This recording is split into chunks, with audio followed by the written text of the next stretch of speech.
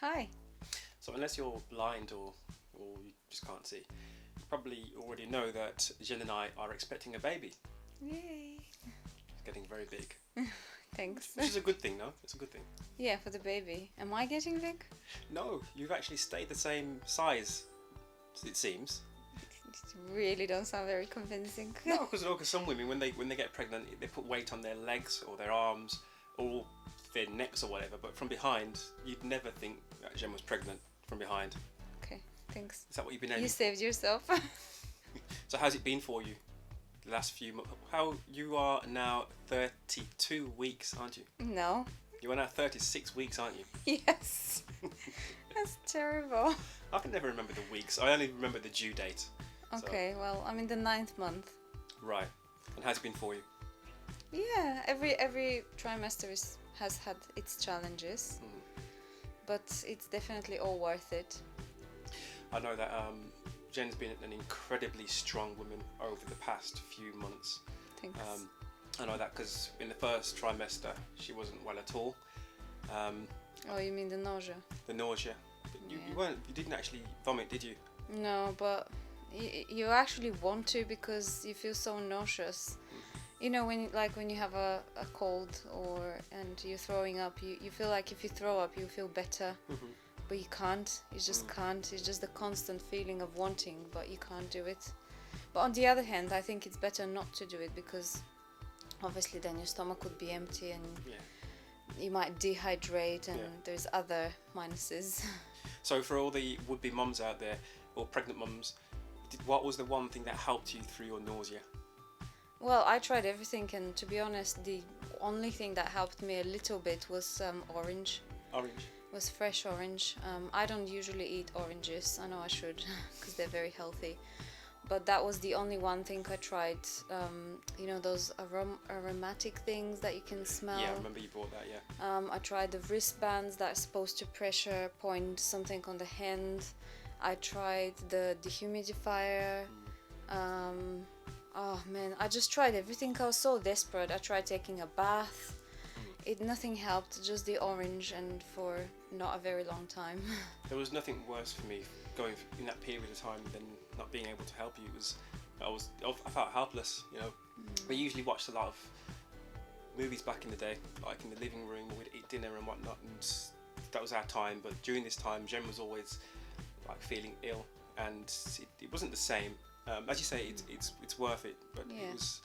You know, it was heartbreaking to me to watch. So I'm just happy that it was for a good purpose. You know, Yeah.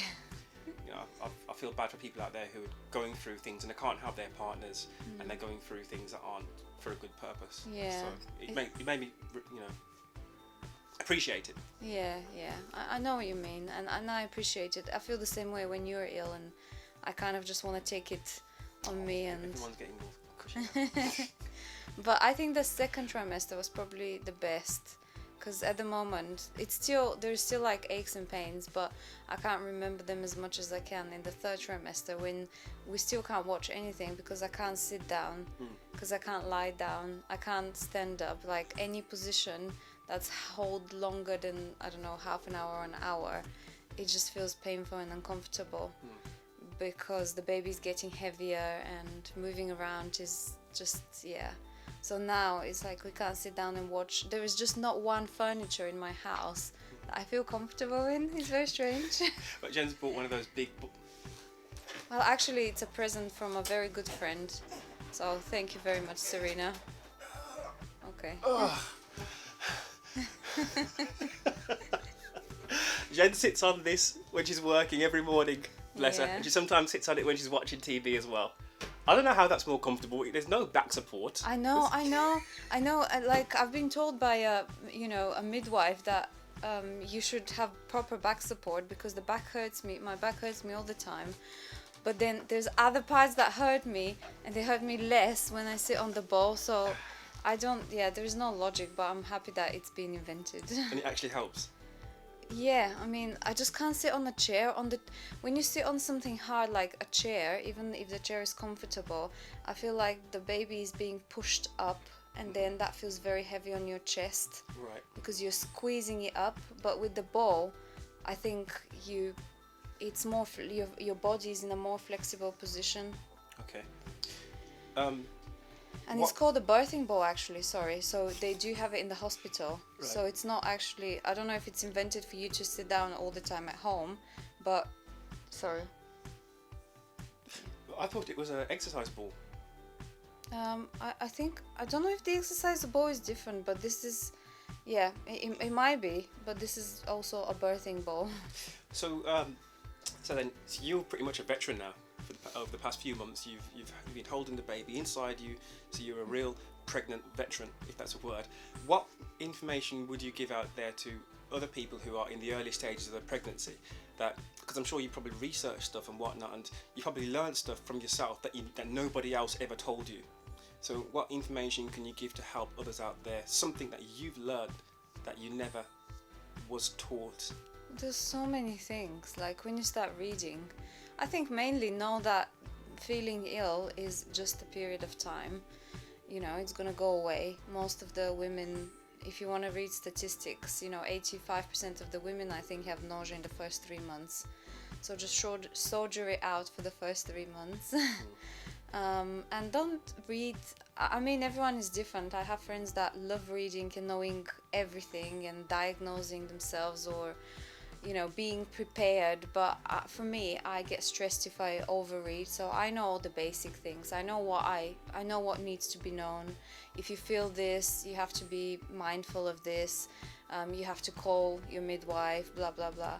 But just don't read too much. Don't stress yourself too much. The midwife, for example, gives you magazines that are specifically made for this. And there is so much useful information from the first trimester to the last trimester, and then breastfeeding as well.